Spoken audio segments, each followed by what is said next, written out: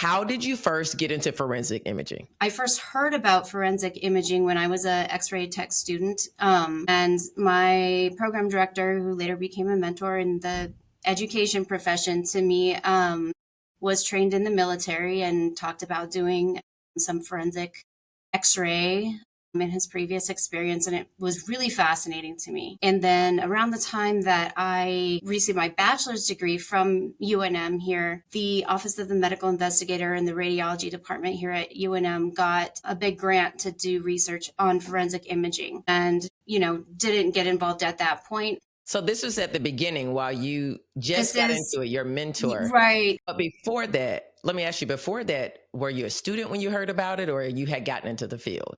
I was a student when I heard about it. What excited you about that? Like, was it exciting or were you like, I don't know about that? I was excited. I was really fascinated. It just sounded really interesting to me. Just hearing the stories that my professor told about, sometimes just bags of parts and having to try to reconstruct identity or do even as far as determining the gender of the patient based on their pelvic bones. Really interesting. I love the, crime drama investigation shows in addition to the ER shows. Right. I'm one of those ER show junkies and Dateline and 48 Hours. Yeah. So it's really interesting to me because I've been in the field for 20 years and I heard about it because I have friends that work in the crime scene investigator, that part of the government. And they talk about how medical imaging is used. And there are several cases out there. But I want to start, with those of us in the field, because I think it's going to be twofold here. People that work in the field that are going to be interested in this, people that are students, as well as people outside of our field. So maybe talk to those students and help them to understand when it was mentioned to you, was there a curriculum or anything, or was it just mentioned to you and you were like, I'll think about it? Yeah, so no, there wasn't a curriculum, and I was like, how do I do that? I want to learn how to do that. And at that time, it's basically just sometimes they would ask for X-rays on a decedent before they're taken to the coroner's office or however they handle it. So you just have to kind of be at the right place at the right time. And there's still there are not that very many dedicated forensic imaging laboratories in the US. I think I know of about 3, including the one here in Albuquerque. So I think for the most part, it's kind of like right place, right time for a lot of people. But you guys in New Mexico are showing the need for it and how it can fill in those gaps because forensic pathologist is needed and a lot of things are needed in order to figure out what happened to people. And some things are just not known. And we know radiology and X-ray and CT, being able to see within someone, whether they're alive or not, is very important to understanding maybe internal injuries. So can you tell us how CT and X-ray, because I always thought just X-ray. How about CT? How do you guys use CT and X-ray in investigating deaths and gathering evidence? So at our imaging center, we use CT for pretty much every single decedent that comes through the Office of the Medical Investigators. So we have a few standard protocols. We have a skeletal remains protocol. We have an adult standard protocol and a pediatric standard protocol. The adult is just a head to toe scan, and then we do some multiplanar reconstructions and different windows and that kind of thing. And then those images are used to determine whether or not a full autopsy is needed or if it can just be a surface exam. And then that is a huge cost savings and time saving and resource because forensic pathologists we've got a shortage of them just like we do X-ray techs and CT techs and pretty much every other medical provider. And I was thinking how backlogged many departments are with homicides. Right. Using medical imaging in forensics can, like you say, not only save money, but it can speed up time in helping families get closure, helping prosecutors and defense attorneys come to a conclusion on something where it's just not hanging in the balance and gets forgotten about. I love how you talked about there are just a few. And one thing that New Mexico did, you were earlier talking about a grant. How did you guys, how does that work? How did that work out? So that it was an NIH grant, and I wasn't around at that time. I don't know all the details, but the Office of the Medical Investigator, along with the UNM's radiology department received this NIH grant to study, among other things, I think specifically if CT scan could determine cause of death and save money. Wow. I just think it's so fascinating. It's so amazing. We just don't give radiology and imaging the credit that it needs. I don't think people really, really understand what all goes into and how many places we touch, not just in the hospital, but we're bringing closure to people's family. I wonder when you tell people that you are a forensic imager, what do they say? What kind of reaction do you get? So it's always a good one. It's a fun one to pull out at dinner parties. Everybody's interested. Everybody's fascinated. Well, what is that like? Why do you do it? Like, what do you see? Like, how do you deal with it? And of course, all my friends. I think it's us ladies of a certain age. We're all into kind of the crime podcast and the date. Yeah, I would think that would be a real good conversation starter at the table. All eyes shift towards Cheryl when you say what you do for a living. Everybody wants to talk to you because it's just not something that people know that we do. And I think really talking about it and you coming on this podcast, opening up not only patients' minds and people out of the healthcare realm to understand that how important medical imaging is to everyone, but also to us technologists, because sometimes we get into our head that, oh, it's just an associate's degree, or it's just, I'm just an X-ray tech. This is where, to me, I really push going to radiology technology school for those entering from high school, younger individuals. It gives you the ability to create options and a long-term career that gives you opportunities. And this is one of the opportunities that you can only get by going to radiology technology school, right?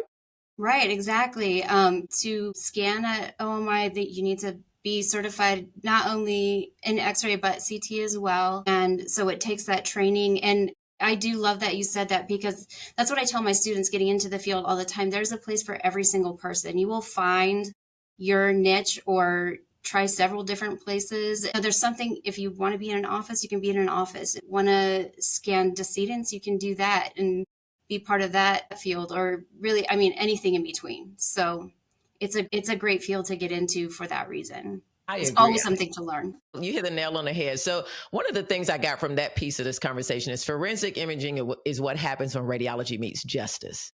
And we're just not looking for disease, we're uncovering the truth. Now, you talked about dinner parties and the conversations that happen when you tell people what you do. Tell our audience, what does a day in the life of a forensic imager look like?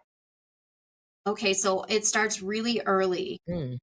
We need to have all our scans done before the attendings and residents and everyone meet to go over the cases. So I clock in about 5:45 in the morning, run QCs on the equipment. We'll first suit up head to toe, shoe covers, apron, gloves, N95 respirator, Mm. bouffant cap, where everything. Do QCs on the equipment, print out my docket, figure out what's going on for the day, and then we have morphology technicians who assist and do a lot of the heavy lifting. So that's something that a lot of people ask me: is it hard? Like, you have to put the decedents on and off the scanner? And no, they're amazing. They're wonderful. They help out so much. And one of the things I love about working there is that everybody is so positive and has such great energy and works so well as a team. And we see hard things, we see sad things. Sometimes some days are really heavy, but everybody's there to support each other and checking on each other, and we're in it together. So that's a great thing about that. So we get our scans done. It takes about 6 minutes to do a head to toe.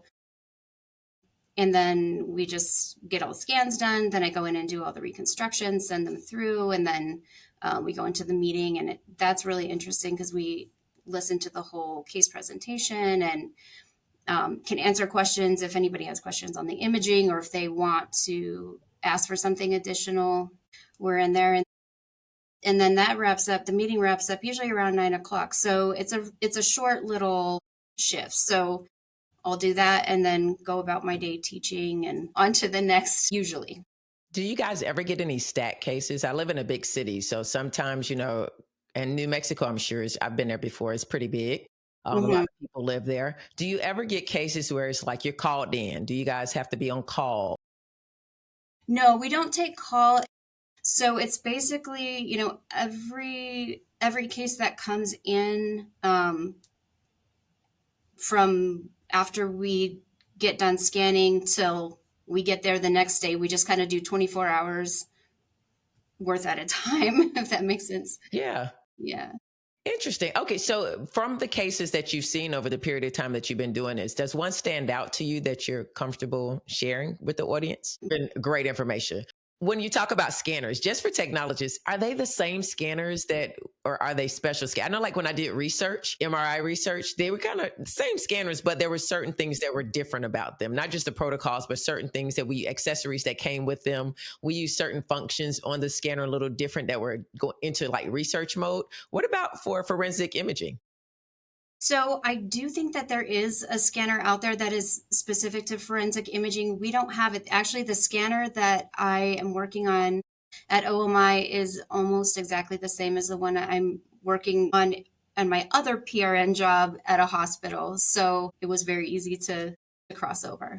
Wow, pretty cool. Okay, so typically you say you do how many scans of patients within a 3 to 4 hour shift? So it varies a lot. I've heard the average is about 12. I've had anywhere from 5 to 16. Mm. And on the my 16 day, on top of that, I had two skeletal surveys. So when we use X-ray, typically is only for under 2 years old. We do a skeletal survey if there's any suspicion of non-accidental trauma. And is that similar to the X-ray that we do at Children's It's the Healthcare when they come? exact same protocol. Interesting. Wow, this is interesting because guys, the scanner does not lie. It captures the final Mhm. chapter of someone's story. And medical imaging and forensic, it's really blowing my mind. I mean, whether it's CT or X-ray, it just goes to show that our training is so important because you're just not going to have a patient lay on a table. These are special cases where you are really trying to get to the bottom of what happened to this individual for a proper case to be built, for justice to be served, for families to get answers. And if you've ever been someone waiting on a justice system, especially in cases such as these that you see, any of you listening out there, it's so important that we know our anatomy, that we know positioning, because we don't have the patient to say patient was, we couldn't get the patient in the right position.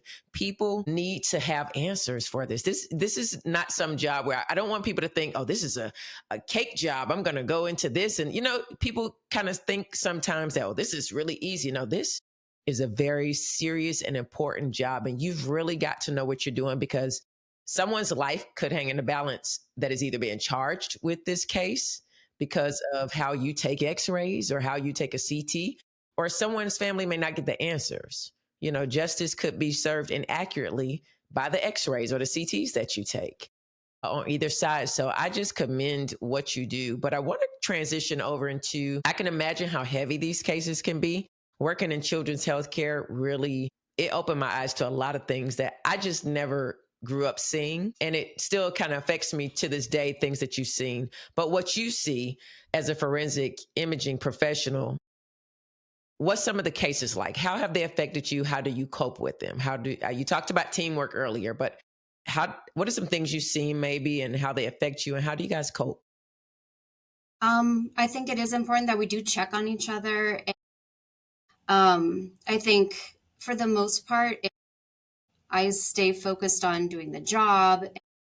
There's just like working in a hospital with living patients, there's not time to fall apart emotionally. But it is important, I think, to process it after we're done. So I go home, think about how grateful I am to be able to go home and for my family that I get to go home to. And it does really give me a new perspective on how lucky I am. Even just seeing people's living conditions and circumstances, and it's something you don't see unless you're seeing those crime scene photos or scene photos and their health conditions that they're living with and all that. So it really gives me focusing on the gratitude for what I have is something that's really important. I think that focusing on the good that I am able to do, and focusing on the task at hand and just paying attention to the details is really important. And this is one of the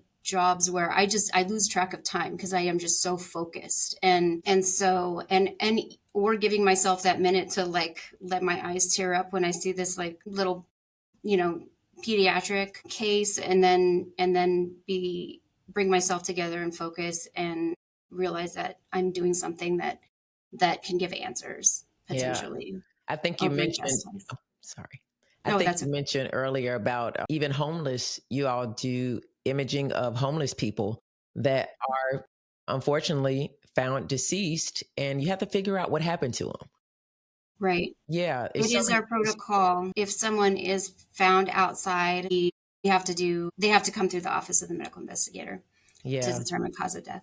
Yeah. So, I mean, So people we do think see a of lot. just abuse cases, but I think of people who unfortunately are homeless for whatever reason and they pass away. You got to figure out, you have to give their family closure. You have to make sure no crime was committed. And those are things for me, when I see things like that, I would think of my grandfather. What if that was my grandfather? What if that's somebody's grandfather? That's somebody's father, Right. somebody's Yeah, that's uncle. somebody who served in the military and deserves the same care and respect that anybody does, and might have family somewhere that don't know where they are. The unhoused population they are in a way discarded by our society, and the violence that they experience doesn't seem as important as if it was somebody who we identify with or who looks like us or who we could imagine something like that happening to us. I think it's even more important in those cases that we try to find justice for them. Yeah, I'm sure you have routines and things that you do, support systems. I appreciate that. It's not that you're, excuse me, it's not that you're turning off compassion, but you still have to do your job. But you do take time for yourself and you do have a support system. So for those out there that may not work in forensic imaging, but work in imaging or healthcare and you feel burned out, imagine the different ones like Cheryl who work in different spaces where you see things like this. Learn that you can stay empathetic without being consumed in what you do. And I think that's really a big message here. So thank you, Cheryl, for sharing that. So I want to talk a little bit about why forensic imaging matters. This sounds like an important but overlooked part of medicine to me. It's really important. Why do you think so few technologists, even hospitals, are aware of forensic imaging? Well, I think that a big reason it's not available to more facilities is that the equipment is expensive. Mm, So the cost of a CT scanner, the cost of creating a forensic imaging lab is seems prohibitive in some cases. What we are able to show is that long term it does save a lot of cost, and it is a great tool that can lead to cost savings. So yeah, having that dedicated facility, I think, and just knowing how it can be used and being certain that you can eliminate some of those full autopsies. There may just not be the awareness, and definitely not there's not tons of forensic imaging centers, right? And it's highly specialized, and we don't need to. I think a lot of forensic imaging, and I'd love to hear from your listeners if they're aware of happening elsewhere, because I have heard a lot of people who do have experience, but I think sometimes they would just use a hospital center, you mm, know, after hours or contract with a facility or something like that, maybe to get those imaging done in for special cases. But to process a full caseload every day like we're doing, you do need that dedicated facility. But this facility saves millions of dollars for the state of New Mexico every year. yeah, I've worked at a place before. That's what they did after hours. They had a scanner in the basement. This is a long time ago when you had scanners in the basement of all the hospitals. But that's what they did. They come in after hours. Once it kind of the patient load wasn't there. You didn't have the outpatients and everybody in there, and they would just do them down there. The morgue would back up and do it there. But I do want to ask you, what do you see as a future? We see all this AI coming in to, especially imaging. I think I went to a conference and it said imaging in healthcare gets about 80% use of AI. So out of all the healthcare professions, we're affected in a good and bad way by AI 80%. Do you see that filtrating into forensic imaging in any way? I mean, there's a possibility for it. I mean, it's everywhere, right? And especially like you mentioned in medical imaging, we use it in a lot of different ways. So, the processing algorithms that detect pathology potentially could be used. We're not using anything like that right now, but I'm sure you're familiar with the fracture detection software and stroke detection, that kind of thing. Of course, we're not as time bound. We're not we're not treating people, so that like stroke detection type of thing maybe isn't such a big deal Yeah. in forensic imaging, but certainly the pathology detection could aid pathologists, because for the most part we're not having radiologists read these scans. There are forensic radiologists, and we do have a radiologist here at the hospital who reads all of the skeletal surveys. But the CT scans are being read by the pathologists. So they're not diagnosing every single thing, but they are, picking up on that pathology or injury patterns or things like that. So having that assistance could Yeah. be a benefit, right? Yeah, I can see it. AI, I'm very interested to see, but I want to talk too because I know some of the listeners are saying, how do I learn about forensic imaging? Like this should be part of a curriculum. Do you see a Okay. future in that happening? I think it would be something that a lot of people are interested in learning about. I think it's really beneficial because I basically got a couple of days of on the job training, and they're just things that you're not prepared for without having studied it. And so I think I Googled it, there are some continuing education type of activities available in forensic imaging. I know that in our New Mexico Society of Radiologic Technologists, we've had some like dental forensic imaging specialists speak, which is really interesting. In my program that I'm just in the process of developing here at University of New Mexico, we're doing a bachelor's degree in radiologic technology, and I'm working on getting students into clinical rotations, hopefully, so that they can get some exposure and really know if this is something they want to pursue or not, and then even or take that experience somewhere and be able to use it in their career.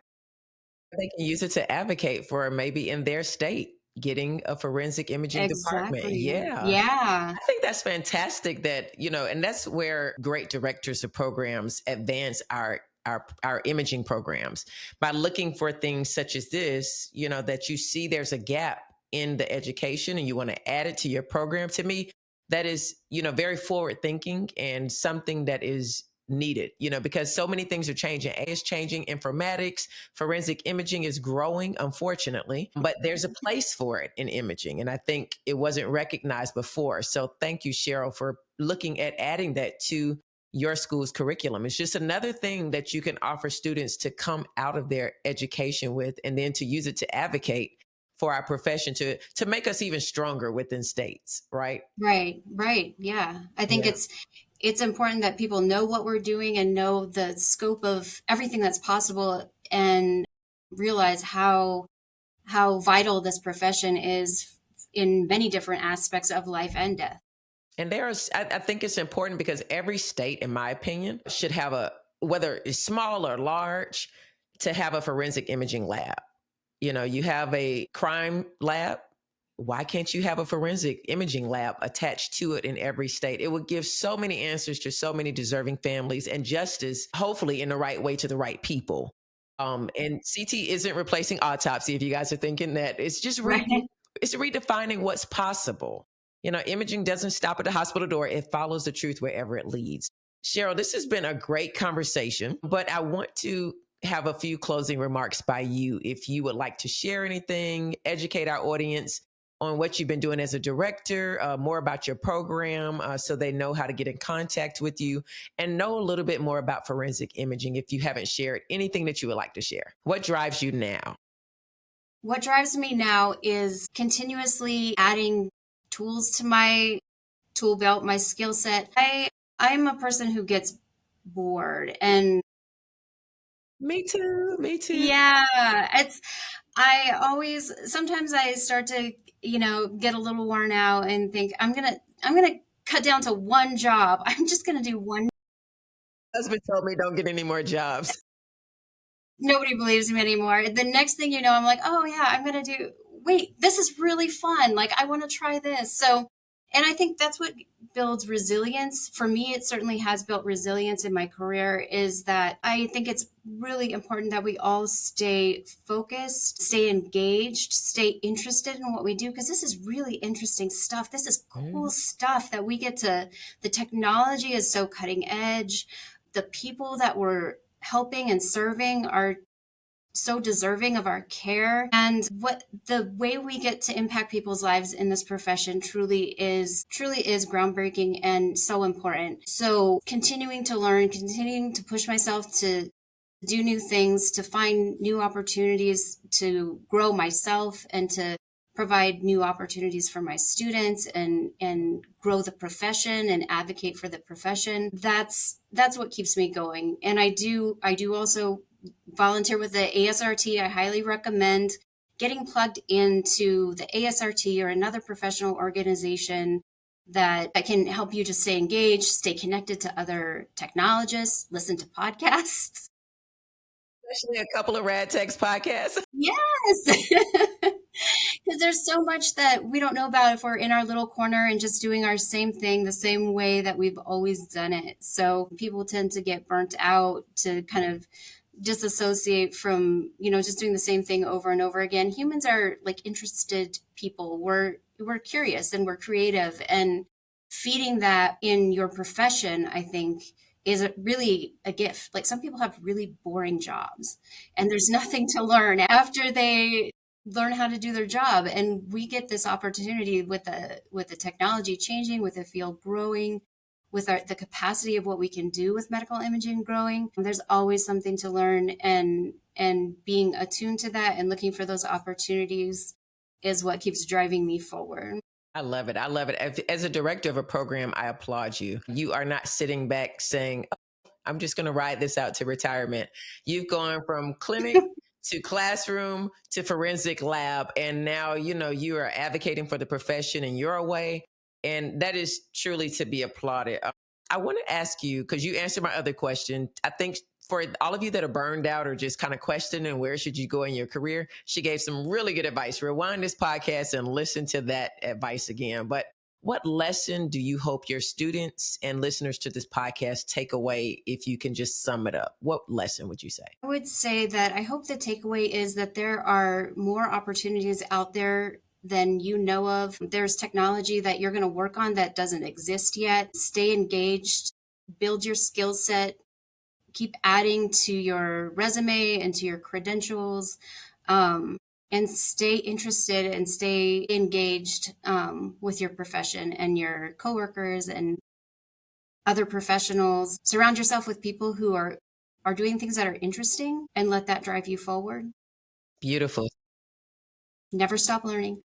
Beautiful, beautifully said. So if you guys feel stuck, remember radiology has more doors than you can see right now. I think that was what you told us here. So Cheryl, thank you for opening a door that most of us, and I'm going to include myself, most of us didn't even know existed. We might have heard about it, but we really didn't know all of what you just shared today. You've shown us that medical imaging doesn't just diagnose. It tells stories, it delivers justice, it brings peace to so many people.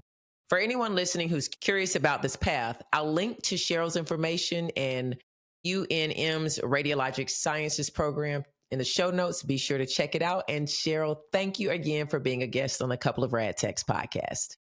Thank you so much for having me, and thank you for everything you do.